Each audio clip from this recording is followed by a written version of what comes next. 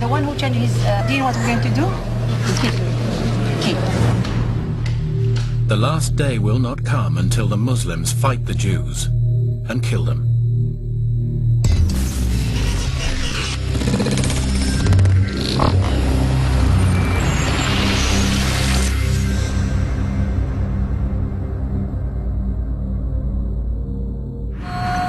Our reporter, a Muslim herself, is going undercover in the most important and influential mosque in the country.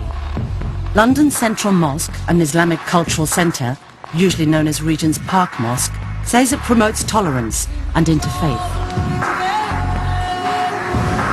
We featured it in last year's dispatches, and the mosque promised to crack down on anyone promoting extremism on its premises. So she's going back to find out if they've been true to their word. Women aren't allowed in the main hall, so she's directed upstairs to the main women's section on a large balcony overlooking the hall. Hundreds of women and children come here to pray every day. Then the congregation gathers in a large circle. The teacher today is Amira. She says she's teaching from a book by Sheikh Fazan, a senior member of the official Saudi religious establishment. This is very, very good book. She starts with a revision session on what should happen to people who break Islamic laws, including Muslims who convert to another faith. But he's Muslim and he get out of Islam. He doesn't want any more. What we're going to do? Keep.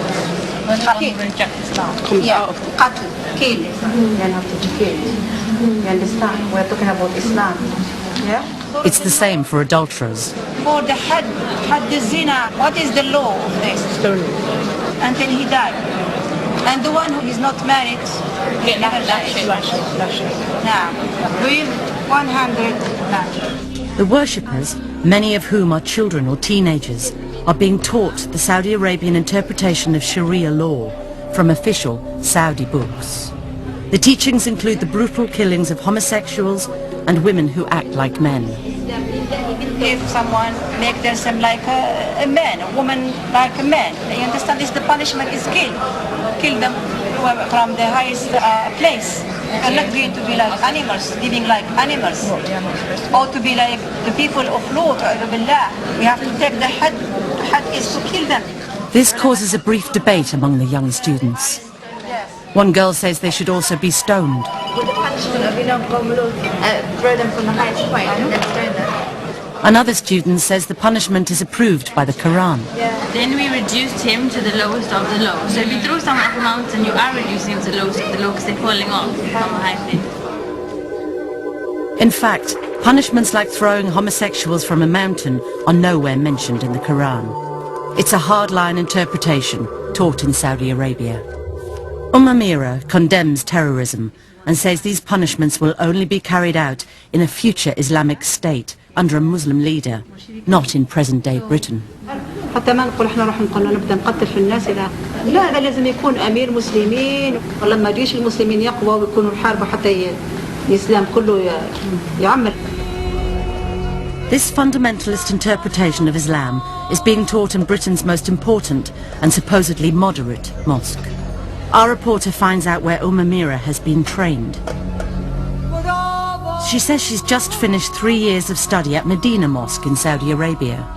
It's the second most holy mosque in Islam, and its imams teach Muslims an interpretation of the faith known to some as Wahhabism. Amira teaches what she says is an important principle in Islam. A Muslim must hate as well as love. It's not enough that you worship Allah, you have to also, in our heart, hate what Allah subhanahu wa ta'ala, please to Allah, and love what Allah subhanahu wa ta'ala. This is what She says this principle relates to living with non-Muslims. hate what displeases to Allah, especially when living with this country that's non-Muslim. And asks a worshipper to read out a verse from the Quran, Stand up and read, please. Stand up. which she says is about relations between Muslims and non-Muslims. Verily, we are free from you, and whatever you worship besides Allah, we have rejected you, and there has appeared between us and you hostility and hatred forever until you believe in Allah alone. Mira says it means Muslims must separate from non-Muslims. You understand, sister? Islam is the tabarruk min al-shirk wa ahli, the people who do the shirk. Any questions? After the lesson, our reporter approaches Mira to ask her to clarify her teaching. You know, when we talked about the love and enmity for Allah, how do we apply that? How as a Muslim do I apply that? Yeah. Muslims should show good manners to non-Muslims and can try to convert them to Islam, but cannot befriend them. She uses the Arabic term kafir, meaning disbeliever or infidel. To be good friend, give them all about our secret, understand? You have to be friend with them, but it's not allowed. Because wala is only to Muslim, not to the kafir. Mira says she's learned this doctrine of separatism in Saudi Arabia, whose clerics preach a brand of Islam often called Wahhabism. Wahhabism is opposed to the diverse and tolerant traditions of classical Islam, according to moderate British Muslims like Sheikh Musa Admani, an imam who's advised the government on Islam. The Saudi Wahhabi worldview is very narrow. It's extremely intolerant. This extreme intolerance comes out of seeing non-Muslims as basically non-human. Intolerance, hatred, dislike, this is not Islamic teaching at all. Separating from disbelievers is the official theology of the Saudi state, according to Saudi academic Professor Madawi al-Rashid. The Saudi religious scholars adopt a very strict and radical interpretation of the status of a Muslim minority in a non-Muslim society. A true Muslim should not associate with infidels. So you are physically here, but mentally, socially, religiously, you belong elsewhere. Now we've found this message of segregation being taught at the most important mosque in the country. It's visited by world leaders and even has its own interfaith department, which organises visits from government, the civil service, representatives of other religions, and thousands of British school children a year. The mosque says the aim of these visits is to promote understanding and respect between the communities. Our reporter is filming as some of the interfaith groups are brought into the women's area. So this is what we have in our heart. It's just on this occasion, Mira meets them. Let me know how to reach you the right way. On another occasion, a group of non-Muslims is invited to sit down with the circle. The preacher promotes Islam to them, but talks politely about other religions too. And the message, the Quran, came to confirm the truth in the previous scriptures. But as soon as the interfaith group leaves, the same preacher's tone changes completely. She now says Christian teachings are vile. And we feel nothing sometimes going past the church. We don't look at it and disgust and think, subhanAllah, what are these people doing in there? What they say with their tongues is so vile and disgusting. It's an abomination. Like the other preachers in the circle, she says she's teaching from the works of the Saudi scholars. In this case, Sheikh bin Baz, a former Grand Mufti of the kingdom. The teachings include that a Muslim cannot be tolerant of other religions. He shouldn't just be indifferent and say things like, you go to church, I go to the mosque, let's all stay together like one big happy family and all be united as humanity. This is false, this does not work, this concept is a lie, it's fake and it's a farce. The circle preaches for 8 hours a day on Saturdays and Sundays. Any woman who goes there to pray is likely to hear their preaching. Our reporter is told the circle was set up years ago by Mira, but while she's been in Saudi Arabia, it's been run by this woman, Salim. She too preaches Saudi teachings. She says she's met a Muslim woman who is too friendly to non-Muslims. When she sees a kafir woman, big smile. When she turns around, she sees me there. Yeah. It's part of Islam, of the aqeedah, of the correct belief, that you love those who love Allah, and that you hate those who hate Allah. Okay? Although the preachers say Muslims should act well with non-Muslims, in private they were often disparaging about their ways and beliefs. In 2 months at the mosque, we only recorded one incident of dissent. A worshipper sitting in the audience objects to the teachings on disbelievers, saying Islam encourages Muslims to mix with others. The recent ayah of the Quran says, we made of you peoples, different shu'ub, to know one another. And if you communicate with the other and you show the beauty of Islam, then maybe people could come into Islam. The preacher qualifies her statements a little. It doesn't mean that we should oppress them. It doesn't mean that we don't give the right. It doesn't mean that we don't help them. Okay? But then returns to the main theme. But it doesn't mean as well that we should befriend them. Regent's Park Mosque was set up 60 years ago to represent British Muslims to the government. It says its role is to help Muslims integrate into British society. The Women's Circle does preach against terrorism and doesn't incite Muslims to break British laws. But far from preaching integration, Salim says Muslims cannot take British citizenship. Their loyalty is to Allah. There are some conditions that can take you into the kufr, to take the British citizenship. Whether you like it or not, for these people you are selling your religion for. It's a very serious thing. It is not allowed to give allegiance to other than Allah. And another preacher says Muslims shouldn't live in Britain at all. It's not befitting for a Muslim that he should reside in the land of evil, the land of the kuffar, the land of the disbelievers. A Muslim should emigrate to a Muslim country. On Fridays, the women can hear the mosque sermons from the main hall. These sermons are given to 1,000 or so worshippers by the mosque's official imams, who by historical agreement have been supplied by the Egyptian government and are trained in Egypt. These sermons, our reporter heard, were very different from the Women's Circle's teaching, stressing a tolerant and diverse Islam. But our reporter has found that upstairs, British women are being constantly exposed to hardline Saudi teachings. There are other links between Britain's Central Mosque and Saudi Arabia. It's been heavily funded by the kingdom, and the mosque's Director General is from Saudi Arabia. Dr. Ahmed Al-Dubayan is the public face of the mosque and in overall control. I would like really to express our prayers, our condolences also. After the 7th July bombings, he held a press conference there to condemn terrorism. And it is not accepted by the Muslim community. It's not accepted also by all means by the Islam itself as a faith and as a religion. Dr. Al-Dubayan is not an imam, he's a Saudi diplomat. He's Islamic Affairs Attaché to the Saudi Embassy in London and has full diplomatic immunity. Dr. Al-Dubayan told us that some of the preachers, including Amira, were unknown to him.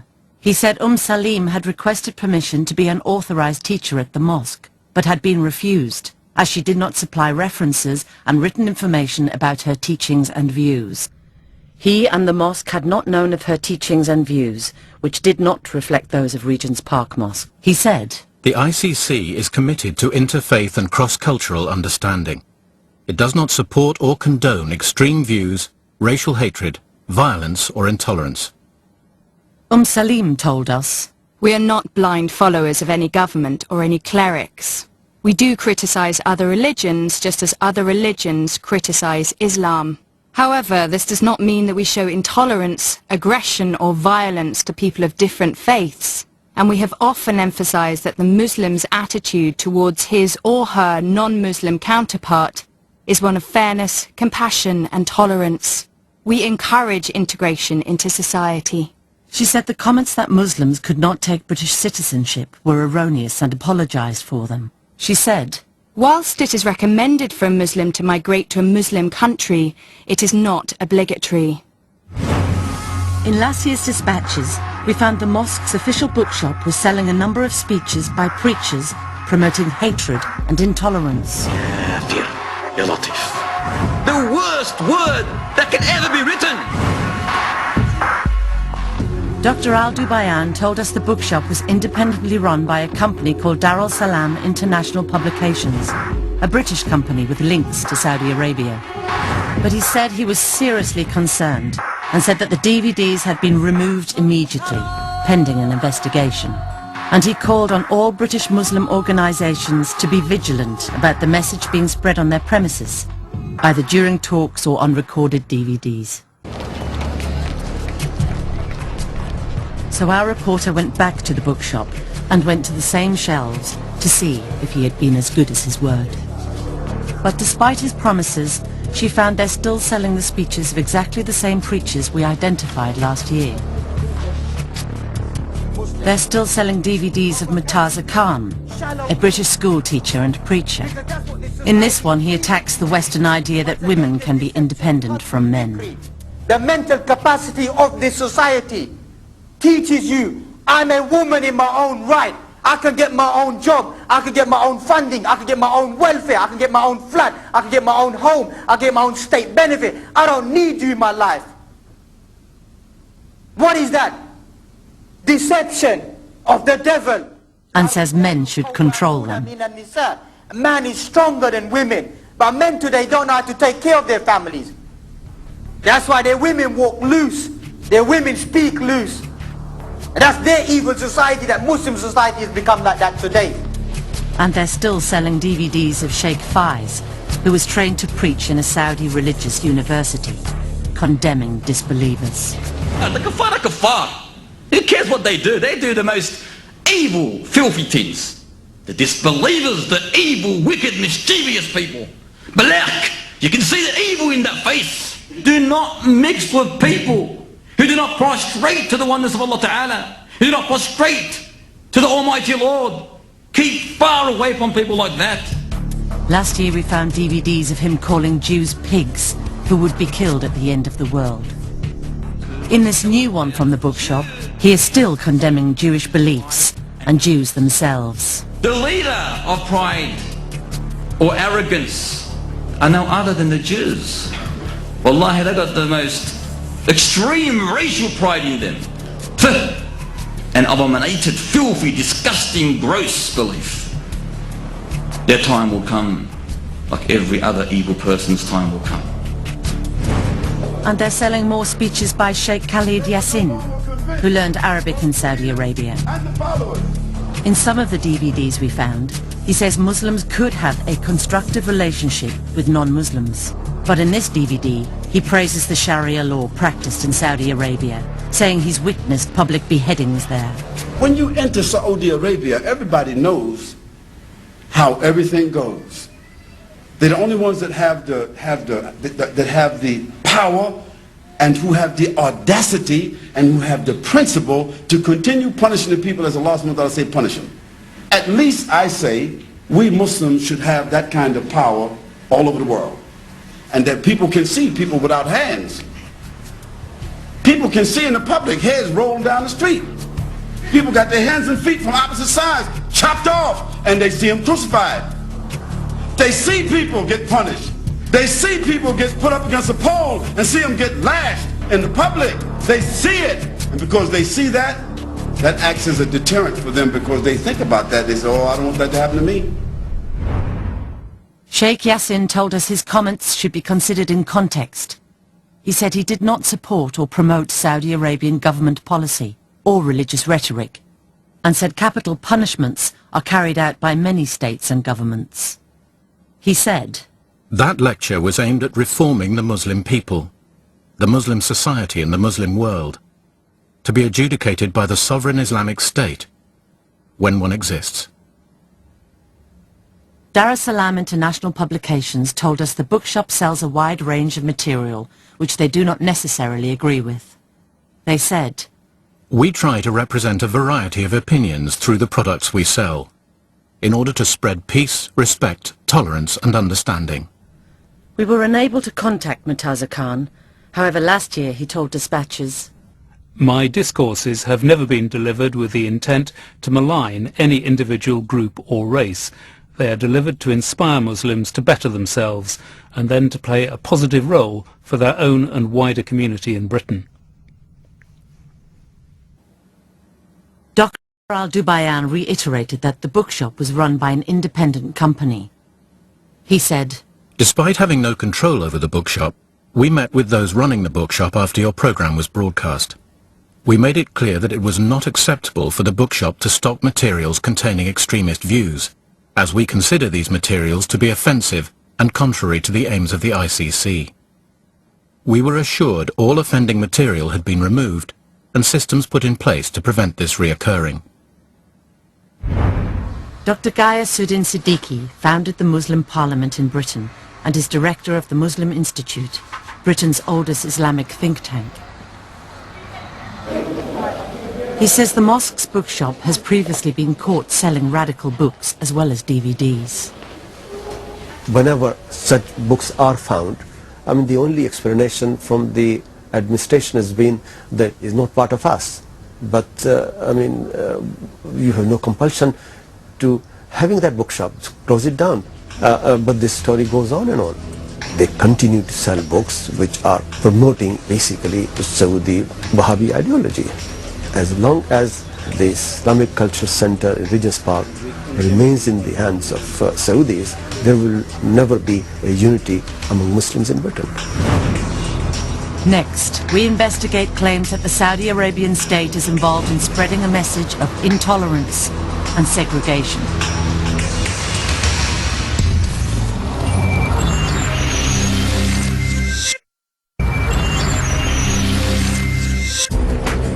A Dispatches reporter is filming undercover inside Regent's Park Mosque. It's the most important mosque in the country, and one which claims to be dedicated to promoting moderation and integration. But she found its official bookshop selling speeches attacking non-Muslims. Disbelievers, the evil, wicked, mischievous people. And preachers teaching British Muslims to separate from non-Muslims and their society, and to believe in Islamic states with extreme Sharia law. The one who changes his deen, what we're going to do? Keep. Now our reporter was to witness Saudi religious rulings being given to women in Britain. After a month with the Women's Circle, she finds they're using the mosque to select some of the worshippers and invite them to private sessions. She's asked along. On Friday. Would you be able to come? Yes, inshallah. Let me write for you my address, inshallah. She heads for the meeting. It's taking place in a private house in North London. In the mosque, the circle gives general religious instructions to a few hundred women. But here, they're told by a senior member of the circle that they can get individual religious rulings from the Regent's Park Mosque preacher, Salim, which will directly affect their own lives. So Salim, who is our teacher at the masjid, she basically is coming to give a halakha about, various topics, anything you want to ask, anything you want to know. Salim answers their questions with strict rulings on women's personal freedom. She says they can't travel far without a mahram, a male member of the family to escort them. Whoever believes in Allah should not travel without a mahram. This alarms one woman in the audience. Sister, me and my husband, we can't go together. So what do I do if I want to go? Yeah. She's told she can't travel by herself. So what do I do? You go with your husband. The British government says empowering Muslim women is a key part of its strategy against extremism. This year, Gordon Brown launched an advisory group of Muslim women to encourage integration into British society and greater participation in the workplace. The important thing for our country going forward is that every single citizen feels that they have a part to play. The aim is to help tackle radicalism, according to Saudi academic Dr. May Yamani. The current British government's policy is about empowering women to be part of the community where they live and participate and get jobs. This policy is certainly very important to keep real moderation in the community. Regent's Park Mosque says it aims to help Muslims integrate into society. But in the private sessions, Salim criticizes Muslim women who do so. Sakibas are going to see Muslims in every sphere of their everyday life in this country. I see Muslims, it breaks my heart when I see them working in banks, short sleeves, sometimes this tight, Stuff like this, makeup, being with the kuffar all the time, even speaking with the language. She learns that this woman has a job in the health service. No, is the job okay? The job that you are doing, does it involve anything haram or is no? I work in pathology, hematology, just blood tests. Just blood tests? Yes. And they don't allow you to wear jilbab? Salim finds out that the woman can't wear a jilbab, a full Saudi-style Islamic covering, while at work. And she's working alongside men, which is forbidden by Saudi scholars. Do you work only with females? No. Salim says this is not acceptable. That working in an environment that is not Islamic, working with the kuffar, all this takes you away from the deen and hardens your heart. And it will be lying to you if I say it's okay. We asked Dr. Yarmani what she thought of this kind of Saudi teaching being spread to British Muslims. My reaction to this, restricting women a job in a hospital, performing their job and working with patients at a hospital because of type of gown they're wearing, or restricting the movement of a woman in the street, in London, or anywhere in Britain, my reaction is, this is not Islamic. Before there was anything. They're not even justified by the basic Islamic texts. Salim denied to us the meetings were clandestine. She said the rulings that women could not travel alone and could not work if it conflicted with religious requirements were totally justified by Islamic texts.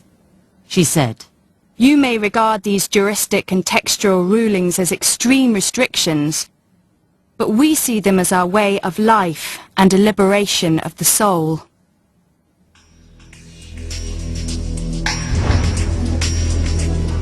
Saudi teachings on women's freedom are also being spread in Regent's Park Mosque's official bookshop.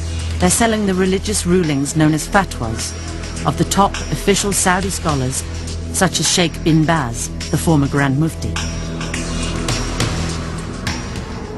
The rulings say women are mentally inferior. Men are superior to women in general. And restrict their right to work or travel on their own. When women go to work in the workplace of men, it is in clear opposition to the texts of the Sharia that order the women to remain in their houses and fulfill the type of work upon which Allah has fashioned her nature. And it tells fathers they can marry their daughters off before they reach puberty without their permission. Last year, dispatches showed how Saudi religious rulings like these were being spread throughout major mosques in Britain. The Saudi Arabian government told us it was not involved in spreading a fundamentalist message and said, "There is no such thing as a Saudi Arabian religious establishment." So we asked the experts. There are people in Saudi Arabia, especially at the level of government, who deny that there is such a thing as a Saudi religious establishment. But this is an absolute myth. There is a religious establishment. It's a bureaucracy that is in control of a lot of institutions in Saudi Arabia.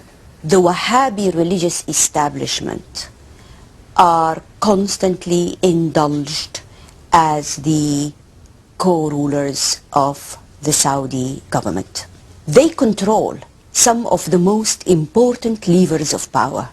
The Ministry of Islamic Affairs, the Ministry of Pilgrimage, the control over the judiciary, the control of most of the educational system. The religious establishment is headed by the country's most important clerics. Council of Higher Ulama or religious scholars is a body that is established by the state whose main function is to issue religious opinion, but it is also responsible for overlooking the functioning of all other institutions. And the Saudi government has a bargain with the religious establishment. It allows them to control the social sphere, morality, or the public space. In return for that, they get subsidies, they get their salaries, but also it gains their acquiescence. So the religious establishment in Saudi Arabia is an integral part of the system. Whether the ruling elite admit that or not. The Saudi government has spent billions of pounds spreading Islam around the world. During the reign of the late King Fahd, only from the 70s to the mid-80s, King Fahd has spent $75 billion funding schools, madrasas, mosques, charities throughout the world. Official Saudi websites give the figures. The result is some 210 Islamic centres wholly or partly financed by Saudi Arabia, more than 1,500 mosques and 202 colleges, and almost 2,000 schools in non-Islamic countries. Saudi funding has a huge effect on British Muslim life, according to some Muslim commentators. Saudi Arabia has immense influence in Britain through their support of mosques and imams. When the Muslim community came to this country, they were not organized and they did not have enough resources. So they went to Saudi Arabia to collect funds, and through that thing they were able to influence, propagate their ideology all over this country. Many preachers in Britain have been trained in Islam in Saudi Arabia, like Amira, whom our reporter filmed preaching at Regent's Park Mosque. She spent 3 years studying at Medina Mosque. This is the official website of the Saudi Ministry of Islamic Affairs. It prints the sermons of Saudi imams and gives an idea of some of their teachings on non-Muslims. Fellow Muslims, following the kafir is disgraceful, while disobeying them is mighty. When a kafir dies, the whole of humanity is relieved. Beware of taking them as friends. You should hate them, disown them and their religion. This Saudi imam is overcome with emotion while reading a Quranic verse cursing Jews and Christians.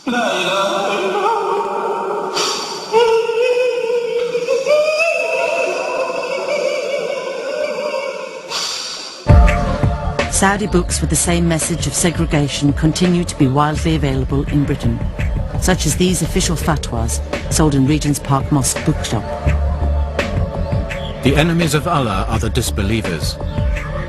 It is necessary to avoid mixing with non-Muslims, to like them, to love them, to support them, or live amongst them.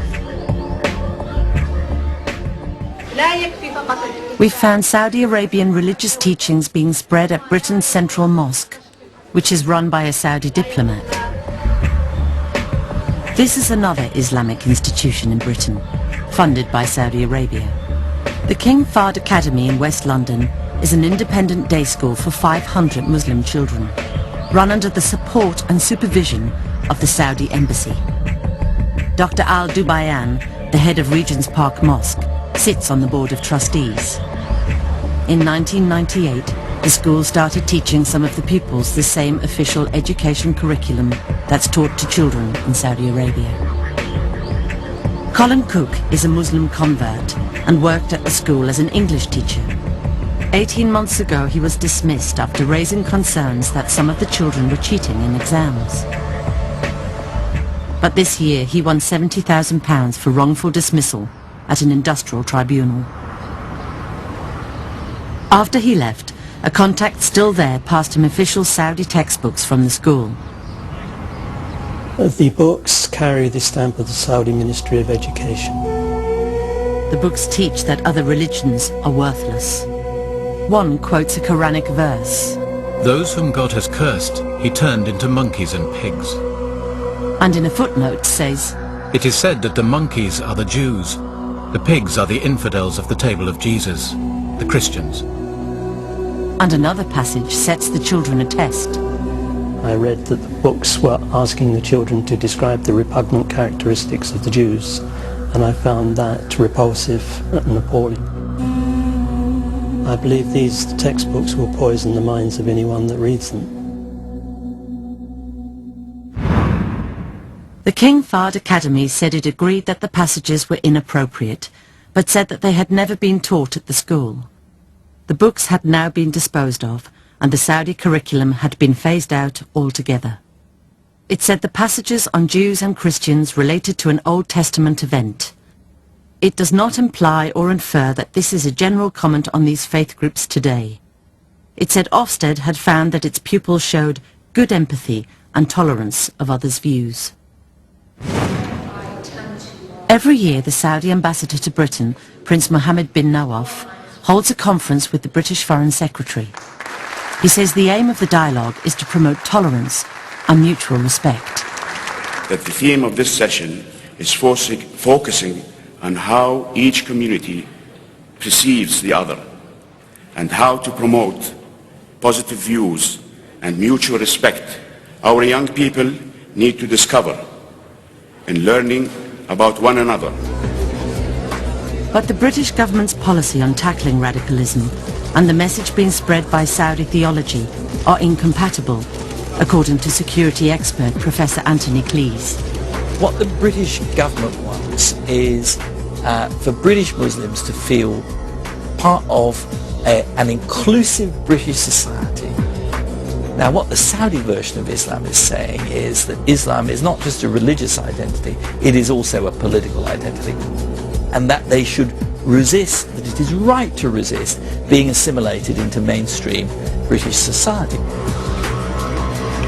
If you believe in Wahhabism or if you are a supporter of Wahhabism, then basically there is no integration, meeting of two sides. There is no respect for the other side. As a consequence, we have seen Muslims becoming isolated and marginalized. By the government's own thinking, separateness makes it easier for British Muslims not to regard Britain as their homeland, but as the enemy.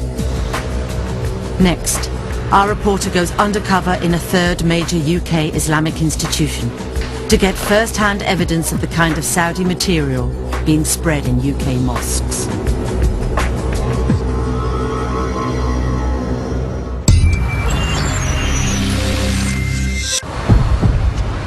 A Dispatches reporter is filming undercover, investigating major Islamic institutions in Britain with strong links to Saudi Arabia.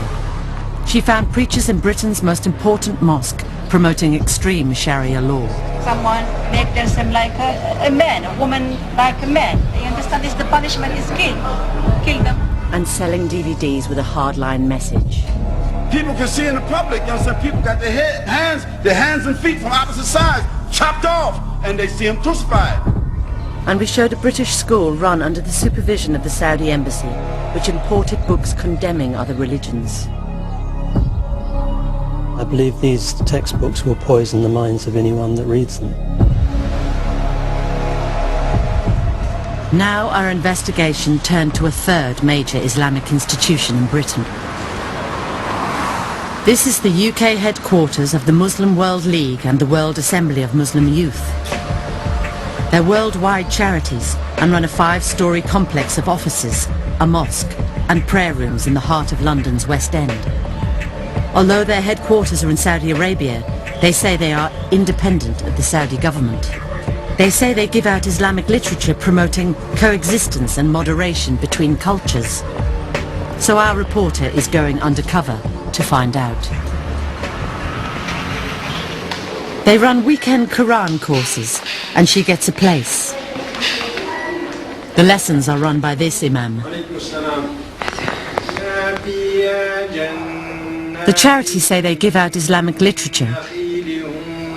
So after the lesson, our reporter asks for some. She says friends of hers are setting up a mosque and Islamic school. He says they do give out books on Islam.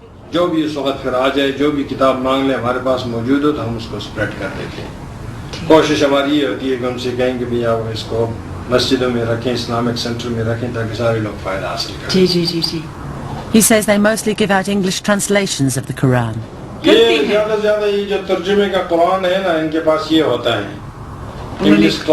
Translated Quran. She asks where the books are coming from. He says they come from the headquarters of the 2 charities in Saudi Arabia and a third source. Ministry of Islamic Affairs. The main sources in 3 sources. The charities based here claim to be independent of the Saudi government. But the Saudi Ministry of Islamic Affairs is using them to send books to Britain. And this official Ministry of Islamic Affairs website says the Muslim World League operates under its supervision.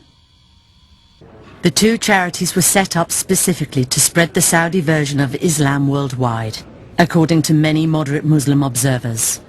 They are massive organizations. They are global organizations backed by so many Saudi clerics and enormous funding.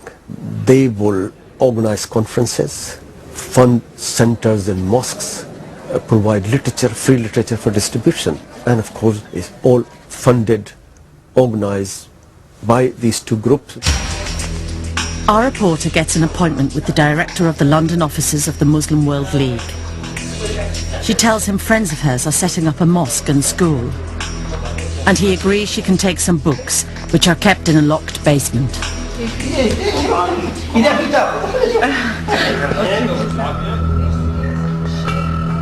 With another undercover reporter who is posing as a friend, she goes along to pick them up.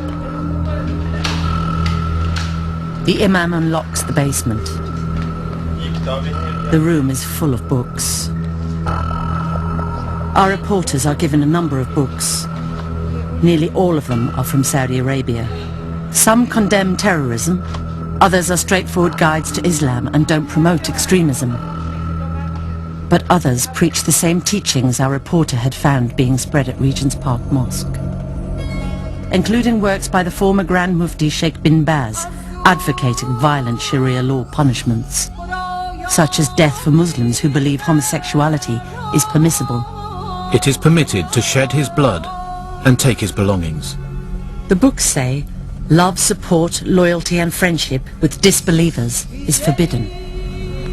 Muslims must do jihad until all countries are ruled by Islam. If some of the people of the non-Islamic countries stand against Islam, they must be fought. And they must act upon the reported words of the Prophet.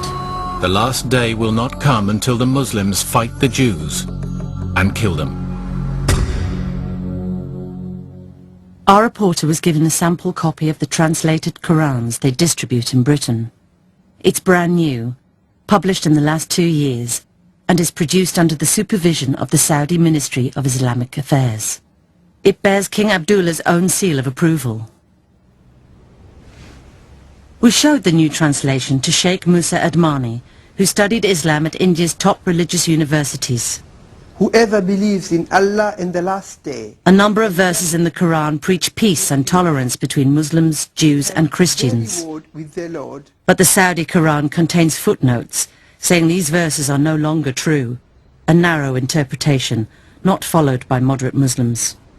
These scholars from Saudi Arabia are saying that it has been abrogated, it's been cancelled, it does no longer apply, because it doesn't fit in well with the ideology of segregation.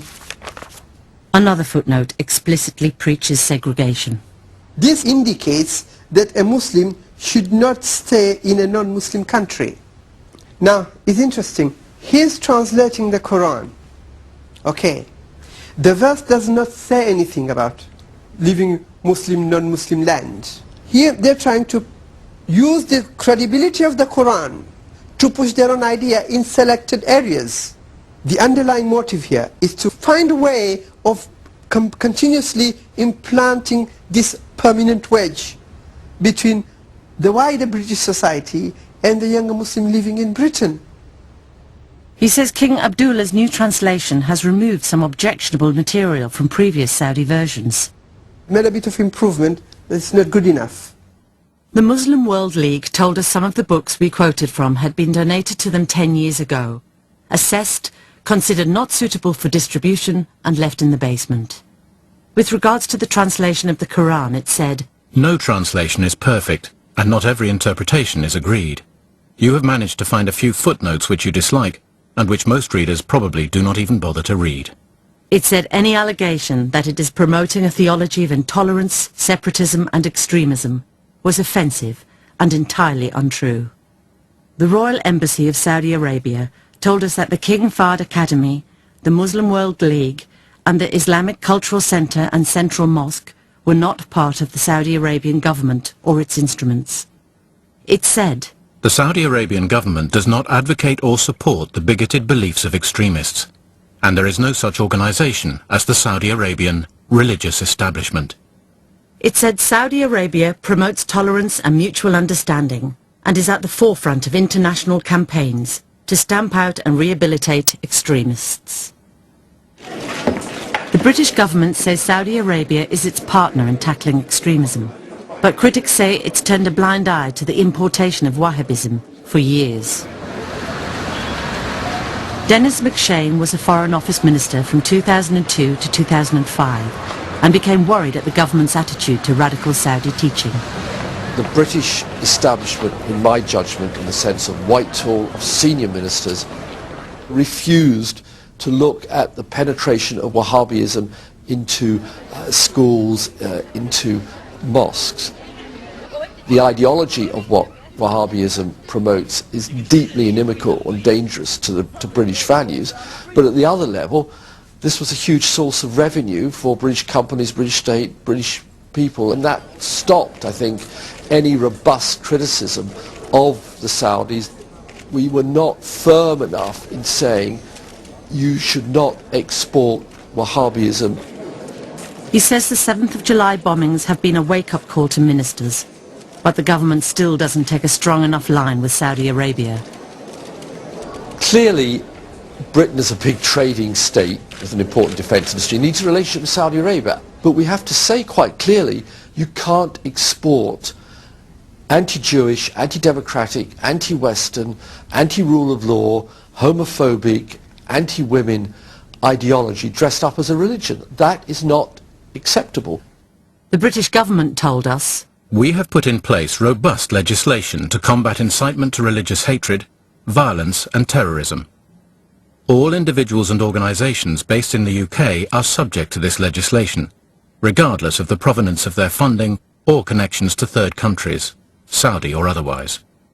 The petrodollar money coming from Saudi Arabia has basically distorted the growth and development of Muslim community in Britain. That's what I accuse them of. The distortion of Islam itself. The abuse and misuse of this great faith of mine, and not only mine, but of my children as well. To think, as I believe our government thinks, that it makes ideological sense to play patsy with the Saudis is folly of the first order of magnitude. We will be paying for it a vast amount in the years to come.